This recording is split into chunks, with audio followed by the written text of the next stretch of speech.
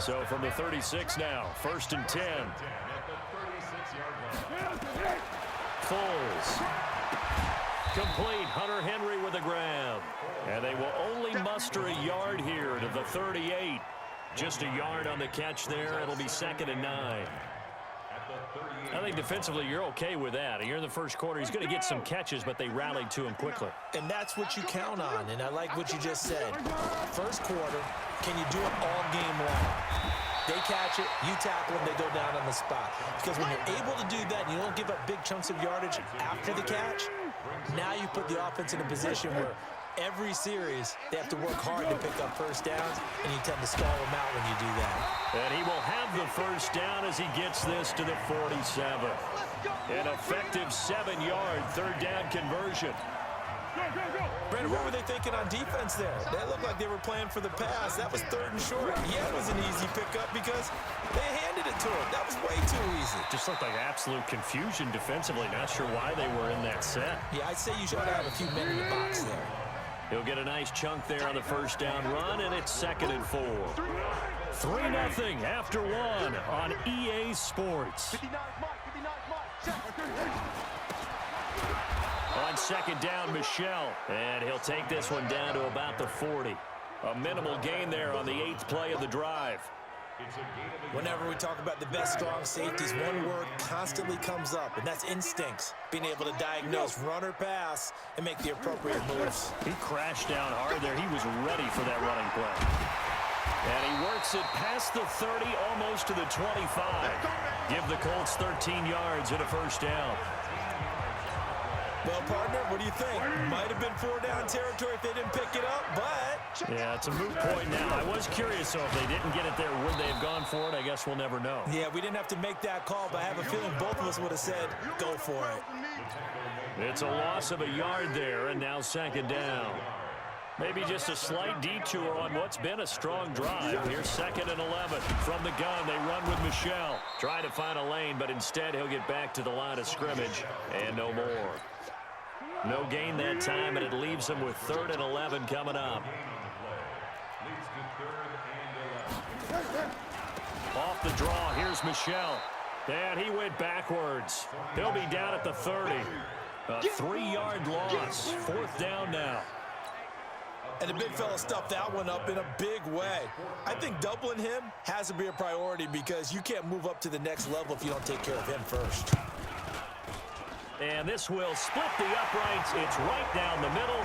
And they're able to double their lead in this first half. It's 6-0. So they get 3, certainly hoping for 6 after a 13-play drive. So you console yourself on defense by saying you did your job, right? If they go 13 plays, you only give up a field goal, you did a nice job there. But here's the other part.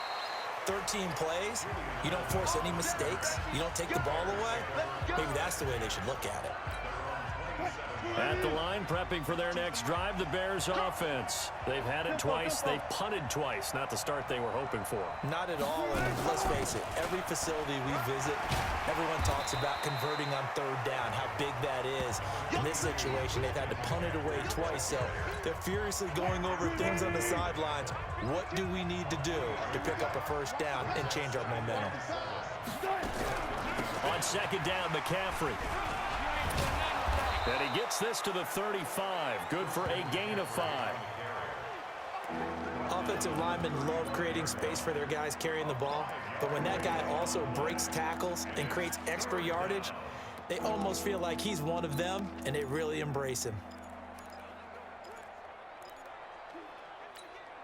Hey, check Mike 57, Mike 57. Silver. Viva. 57 to Mike 57. Get off the field. 3rd and 2, now Wilson. And that is incomplete. Problems on 3rd down so far in this first half. Relatively small sample size, but they're now 0 for 3. And the average in the league, somewhere around 40% on 3rd down for offenses. So what's the answer to this? Either convert them or don't get to 3rd down in the first place. Get your big chunks of yards on 1st and 2nd down. The Colts come to the line, ready to start their next drive. And their 2 drives thus far both led to points, albeit both field goals, so the lead just 6-0, but the ability to move the ball is evident. Well, that's, heartening, as they say, but it's not what they're about. What they're about is putting the ball in the end zone and putting sixes on the board. So if you're the offensive coordinator, you like what you're doing, but you don't love it. You got to find a way to ring that bell. Then you can have a little self-satisfied grin. Right now, a little more determination is needed. That'll set them back with a loss of 3 on the play. And it'll bring up a 2nd and 13. It's a tough one right there. He ran right into the teeth of the blitz as the linebacker was freed up in order to stuff that one for a loss. I think quarterbacks got to see that. Got to find a way to audible into something a little more advantageous. This will be a 2-yard loss on the play. And they're going to face an uphill battle here on 3rd and long. Coming up at halftime, I'll go from one personality, that's you, Charles Davis, to another one in Orlando, the coach.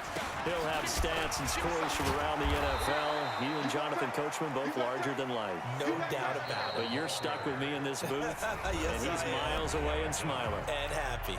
Now the Bears going to call the first of their timeouts. So as they take it over, we step aside. On is the punter, Hecker, as he gets this one away.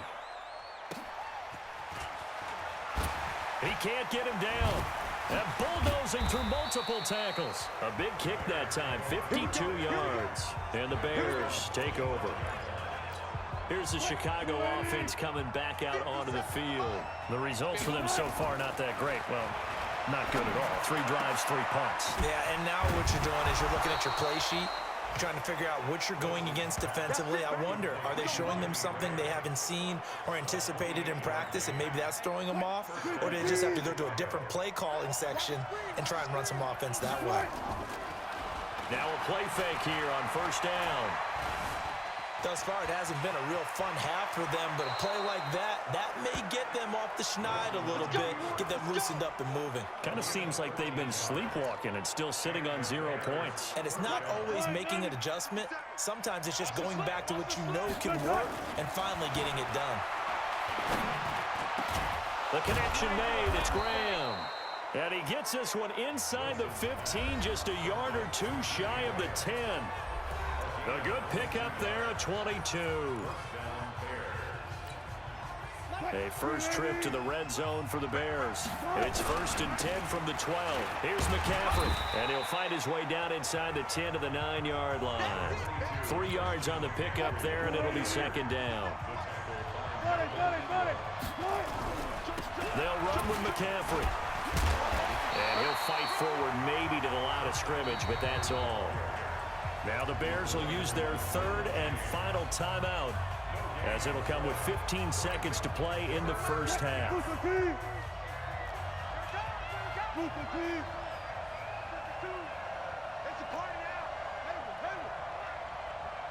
Check that. We got Mike 52 right here. Off the play fake, here's Wilson.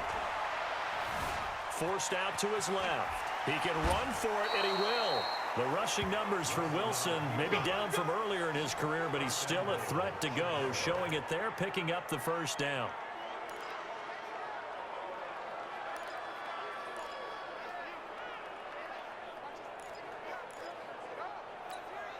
So it's 1st and goal, and a great opportunity to get that lead back before the break.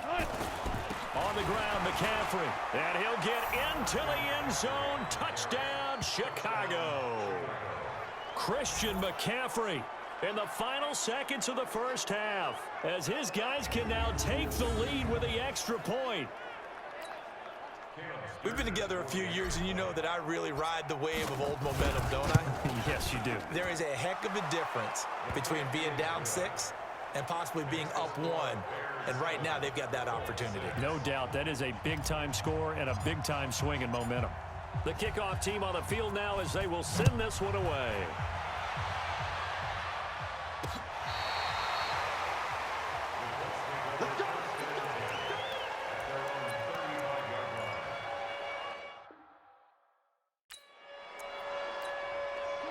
The Indy offense at the line and set to go. Likely time for just one final play, and then they'll be off to the locker room to talk about how they can erase this deficit. Yeah, and I think a lot of people look at it and go, well, me. He's got a man, complete. Yeah, he will go out right near the 35-yard line. And okay, so much for our halftime break. Apparently we're going to get right back to it.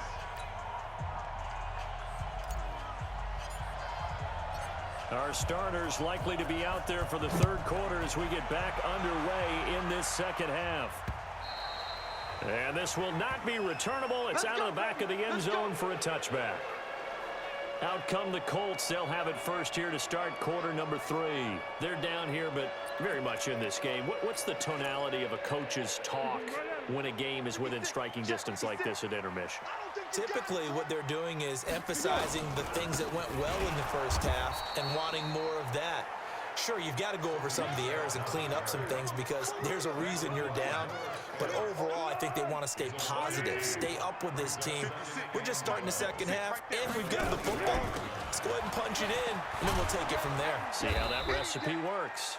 And again, the run defense stout this time. He maybe gets back to the line of scrimmage, but no more.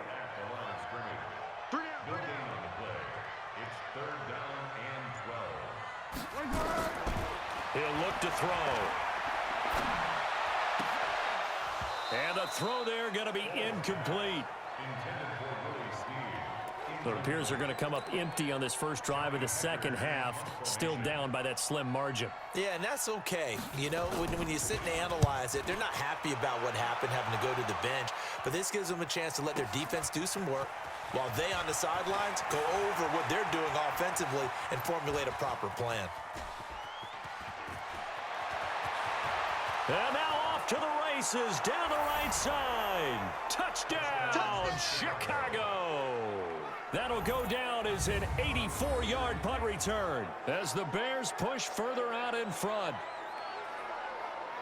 When you've got a guy that fast back there to receive punts, that's a nightmare for the guy game planning, the special teams coach, but it's also a nightmare for the punter. Sometimes they get so nervous that they hit the ball and kick it right to him.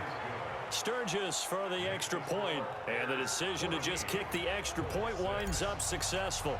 So his big play capability in full display there as he's able to return that punt for a touchdown.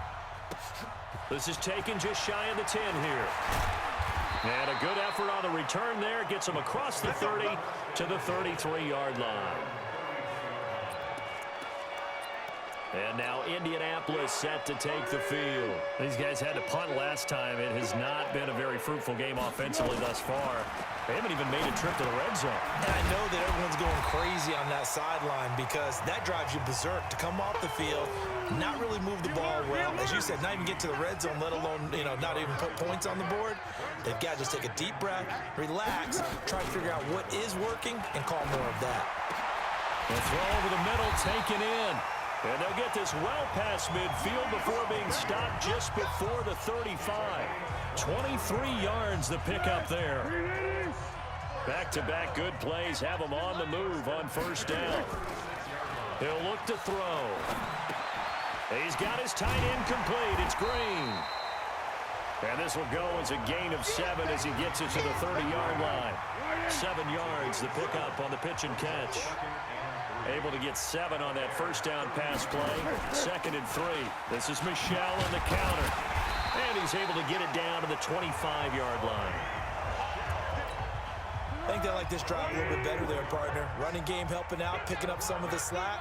Because remember the last drive, they went 3 and out. Now a fake on the give here as they try the run-pass option. And he'll lose yardage here, going down back at the 28. A loss of a full 3 yards, and now it's 2nd down. Well, I know it goes against the instincts of the person catching the ball because all you're ever taught is catch the football, don't drop it. But drop it there. Yeah, in that situation, dropping it would have been better. End up losing yardage, even though they completed the pass. As good as a sack. Yeah, how about that? Although they won't get the same credit for it, and it won't help them at contract time. The throw right sideline here is complete. 8 yards on the completion, but now they face 3rd down. In so many ways, throwing the hitch route is actually one of the safer things an offense can do. Get the ball out to the receiver as fast as possible, hope he's got man-to-man coverage, and hope that his athleticism wins on the perimeter. And caught by Henry. And he gets it inside the 10 to the 9. They're able to convert on 3rd down, and that sets up a 1st and goal. That was a route run not just with dexterity, but with intelligence. Found the hole in the zone, made sure the quarterback saw him, and was able to make the sure catch and flip the down marker back to 1. And he's going to be brought down just shy of the 5 at the 6. Nice job defensively to hold him to 4, and now it's 2nd and goal. Well, they're unable to convert that into much, but it's never a bad idea to try to get the ball into a tight end of his caliber's hands and see what kind of disruption he can cause. On 2nd down, Michel. And he's going to press this one forward as they stop it right around the 1. It'll be a gain of 5, and it's going to set up a 3rd and goal. And they will run it with Michel. And he's into the end zone. Touchdown, Indianapolis. Punching it in from a yard away as his guys have cut the lead down to 2. Well, they had their chances in the first half, you remember, but had to settle for 2 field goals. This time they come away with 6. I think they actually got affirmation about what they were doing by getting a touchdown, because the field goals means they got in range but couldn't quite finish it off. This time they broke through, and that's great for the old confidence. And on the sideline, difference of a feeling between 3 and 6, is it astronomical or no? It can be at times, that's for sure. A lot of times the field goal feels like a disappointment. The touchdown, well, that tells you you're getting it done.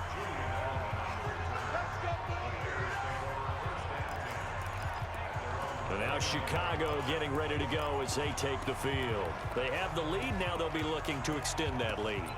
And this is where I enjoy talking about one of my favorite subjects, tendency breakers, or counters as I also like to call them. You've done things in a certain way in the first half, and they've had the ability to see what you've done. They're going to make their adjustments. So guess what? You adjust yourself and try and stay ahead of the pace, because you are looking for some separation in this ball game. The adjustment to the adjustment. Without a doubt. Show them one thing, hit them with something else. Now, meanwhile, a pass that should have been intercepted, but it winds up falling incomplete. It'll be a pickup of 5, and that leaves them with 5 more. 3rd and 5 now. You know what really fires up offensive linemen? When the guy that is carrying the ball behind them can create his own space and break a tackle along the way. From the gun on 3rd down, Wilson. And that's knocked away and incomplete. It was Minkah Fitzpatrick that time to break that one up. Here's Matt Hawk now. He's been terrific so far. And he gets this away, and look at this. This is a good one. And this will hit just beyond the goal line as it's into the end zone for it.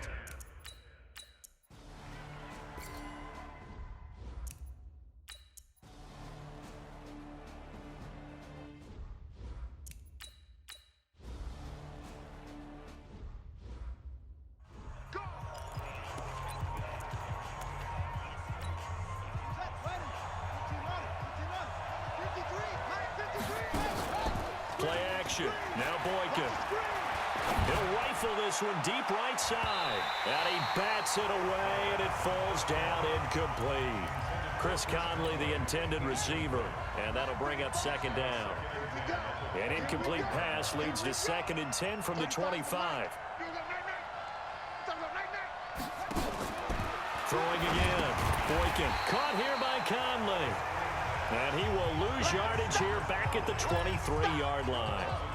It'll wind up being a loss of 2. And that's going to lead to a 3rd and 12. I thought that wasn't a bad time to call the screen. I thought late game, down on the scoreboard, had to figure they were expecting a pass downfield. Well, so the edge rushers, they're coming. That could have hit big. You're right. Good recognition defensively to snuff that one out. Now throwing on 3rd down there, but he cannot connect. One score down. Here we go. They're going to go for it here on 4th down. Not only was the call spot on, how about the execution of that defense right there? The zone was absolutely locked up tight. He was trying to force it in there on 3rd down. But if there's a time to force it, he felt like he needed to make a play, right? Yeah, exactly right. 3rd down, you got to try and find something. There's nothing available there for him. Now on 4th down here, that pass knocked away and incomplete. The Bears tried it on 4th down, unable to convert. And the Colts are going to get the football in outstanding field position. On 1st down, Manning. And that is caught. Touchdown, Indianapolis. Cordero Patterson ready for the regular season with his second.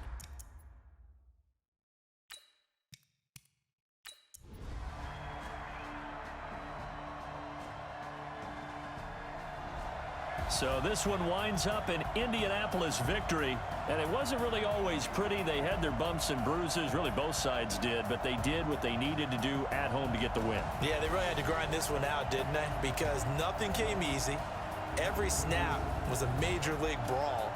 They had to win at the line of scrimmage, win downfield. They got all those things accomplished. But to win a close one like this, you know, every team wants to be physical. We've heard that a million times, right? But those who are mentally tough, those are the teams that you have to deal with in the playoffs. This was that type of a game.